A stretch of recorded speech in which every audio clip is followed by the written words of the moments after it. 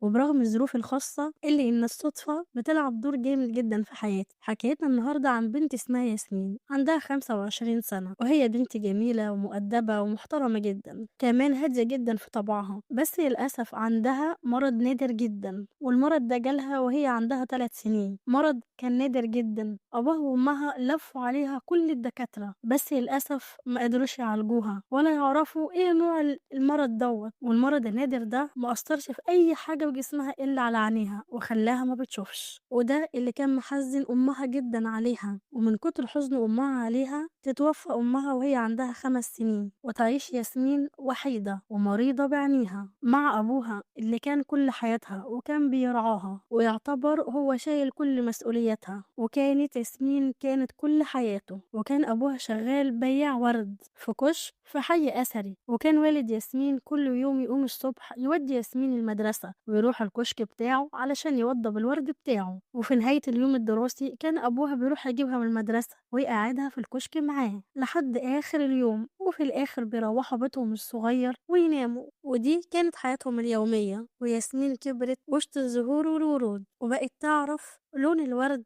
من ريحته من ملمسه، وبقت في علاقة قوية جدا بين ياسمين والزهور والورود، وكانت حاسة إن عالمها كله في وسط الورد ده كله. وبعد ياسمين ما اتخرجت من الجامعة راحت تساعد أبوها في كشك الورد، علشان طبعا أبوها بقى راجل مسن، وطبعا شد عليه التعب جدا لحد ما مات. وبعد موت أبوها على طول ياسمين دخلت في حالة اكتئاب، بس ما طلعهاش من الاكتئاب ده إلا شغلها في كشك الورد. وبقى الكشك ده هو كل حياتها وعالمها، لحد ما في يوم وهي واقفة بره الكشك وبترتب فازات الورد حست إن في رجل بعد ما كانت بتمشي سريع بدأت تبطأ في المشي، وكانت حاسة إن الشخص ده بيبص عليها. بس قالت في نفسها يمكن معجب بالورد اللي أنا بعمله، أو يمكن متهيألي، لحد ما سمعت صوت خبط بوم، حاجة اتكسرت. وبعدها سمعت صوت الست عطيات وهي بتزعق جامد، والست عطيات دي كانت صاحبة القهوة اللي جنبيها، ولقيتها بتزعق جامد لواحد وبتقوله مش تفتح ومش تبص قدامك، عاجبك كده؟ كسرتلي الكوبايات وكمان البراد بتاع أمي، ده البراد ده أغلى حاجة عندي، ده من ريحة أمي الله يرحمها. وسمعت صوت الشاب وهو بيقول لها أنا آسف أنا ما خدتش بالي. بس الست عطيات ما رحمتهوش وبيقول لها خلاص يا حاجة حقك عليا، أنا هديكي تمن كل اللي اتكسر. بس هي كانت زعلانة جدا على البراد الأثري بتاع أمها. وفي اللحظة دي ياسمين راحت للست عطيات وقالت لها خلاص ما تزعليش يا ست الكل، هو يا ست عطيات مش البراد ده لونه أزرق؟ فالست عطيات قالت لها وطبعا الشاب اللي واقف استغرب جدا ان لقاها برغم ان هي ما بتشوفش عرفت لون البراد. فياسمين قالت لها خلاص انا هديك البراد بتاع جدتي الله يرحمها، هو برضك اثري وكان لونه ازرق. وراحت ياسمين سابتهم ومشت ورجعت للكشك بتاعها. وبعد ثواني ياسمين لقت الشاب جاي يشكرها على الموقف اللي هي عملته معاه، فقالت له ما تشكرنيش، مفيش شكر على واجب. وساعتها سألني الشاب عن وردة كانت في ايدي، فقلت له الوردة دي لونها ابيض واسمها لؤلؤ. وحسيت لحظتها بضحكة استعجاب كده او استغراب، فقلت له ما تستغربش،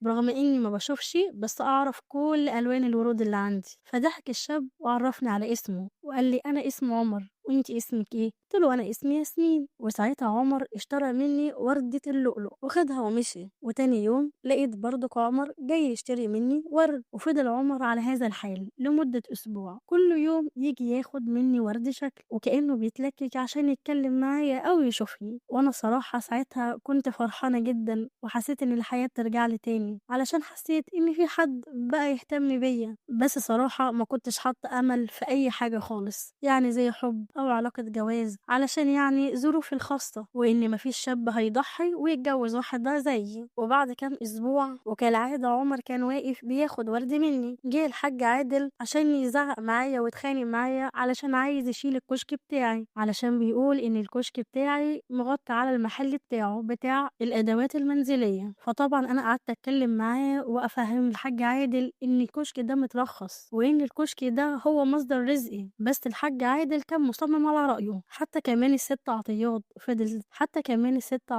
فضلت تقنع فيه إنه يسيب الكشك وما يبلغش الحي علشان يشيله، بس برضك ما كانش مقتنع خالص. وبدأ هنا عمر يتدخل ويقول له إن الكشك هنا عامل شكل جميل ومدي منظر راقي للمكان، ومعقولة شارع أثري وسياحي ما يكونش فيه كشك واحد بتاع ورد؟ ده كفاية ريحة الورد اللي معطرة الشارع كله. فالحاج عادل هنا أحرجه وقال له محدش يتكلم ومش عايز حد يتدخل، وادالي مهلة 10 أيام، لو ما شلتش فيها الكشك هيجيب الحي ويجي يهدهولي. وأنا طبعا انهارت من العياط وقعدت على الكرسي وأنا مكسورة وحزينة ومش عارفة أعمل إيه. ساعتها الست عطيات قالت لي يا بنتي سيبيها على الله، وسابتني وراحت القهوة بتاعتها. أما عمر وقف جنبي وقال لي ما تزعليش، إن شاء الله كل حاجة تتحل. وهو كمان سابني ومشي. وتاني يوم لقيت عمر جايلي وهو في لهجته فرحة وبيقول لي ممكن يا ياسمين تديني مفتاح الكشك بتاعك وتوريني الرخص بتاعة الكشك؟ فأنا طبعا استغربت الكلام وقلت له ما يتعبش نفسك،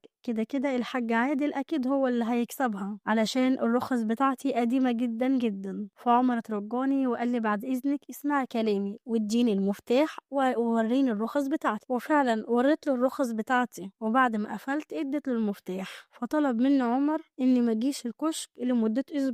فطبعا انا سألته ليه، فمردش عليا وقال لي بس اسمعي كلامي. فطبعا سمعت كلامه علشان كان عندي شوية ثقة فيه من كام الاسبوع اللي عرفته فيه، وكمان عشان ما عنديش حل تاني. وبعد كام يوم اتصلت على عمر وقلت له ان الست عطيات اتصلت بيا وقالت ان انت وبعض من اصحابك بيجوا الكشك بالليل بعد ما القهوة تقفل وكل الناس بتنام، بتروح انت واصحابك الكشك وبتقعدوا تشتغلوا طول الليل فيه. ممكن تقولي انت بتعمل ايه؟ فعمر قال لي انت وثقت فيا واديتيني المفتاح، اكيد انا مش هخيب ظنك، وكلها كام يوم هجيبك وتشوف الكشك بنفسك. فساعتها قلت له مش مشكلة شكل الكشك، المهم ان هو ما يتهدش. فعمر قال لي الثقي فيا. وفعلا قبل ما المهلة تنتهي عمر اتصل بيا وقال لي تعالي عند الكشك عايزة اشوفك. ولما رحت لقيت عمر مستنيني هو وست عطيات. ومش بس كده، لا كمان ده الحي والحاج عادل والجرار اللي جاي يشيل الكشك بتاعه، كل ده كان مستنيني. وطبعا عمر اول ما شافني خد بايدي على طول وقال لي ما تقلقيش انا معاكي. فالحاج عادل قال لي ها يا انسه ياسمين، هتخلي الباشمهندس عمر هو اللي يشيل الكشك ولا نخلي الحي هو اللي يشيله؟ فساعتها رد عمر وهو واثق جدا من نفسه وكان مطمن جدا في وسط ما انا ميته من الخوف.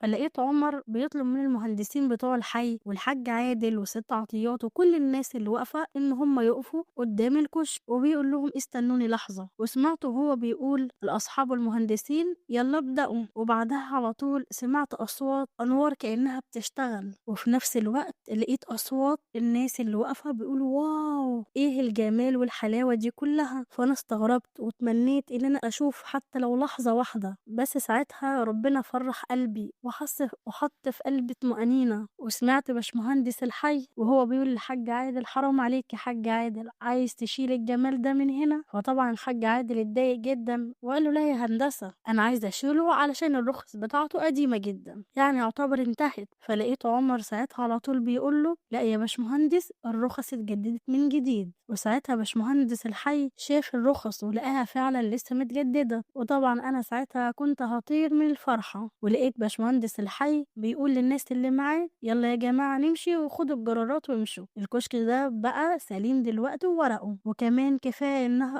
كفاية ان هو بقى تحفة فنية، وصراحة مدي للمكان لمسة جمالية. تسلم ايدك يا باشمهندس عمر. وسمعت كل الناس وهي بدأت تمشي، حتى زمايل عمر قالوا عايزين حاجة تانية يا هندسة، قال لهم شكرا جدا على مجهود وسابوهم ومشوا. وحسيت ان عمر واقف قدامي وكان قريب مني جدا، فاتكسفت وسبته ومشيت. وقلت له يا هل ترى بقى غيرت كمان باب الكشك؟ وهو ضحك وقال لي ما يتهربيش مش هتشكريني؟ قلت له طبعا انت ليك الف شكر. وساعتها لقيته بيقول لي هيبقى انت ليكي الف شكر لو قبلتي تتجوزيني. وانا في لحظتها ما ردتش عليه علشان ما كنتش مصدقه اللي انا بسمعه وكاني كنت في حلم. بس عمر كرر الطلب تاني، فانا ساعتها رديت عليه وقلت له انت متاكد من اللي انت بتطلبه؟ فعمر قال وانا بكامل قوايا العقليه. وطبعا انا وافقت واتجوزنا. وبعد سنه من جوازنا خلفت بنت، وعمر صمم ان هو يسميها لؤلؤ على اسم اول ورده هي كانت سبب معرفتنا.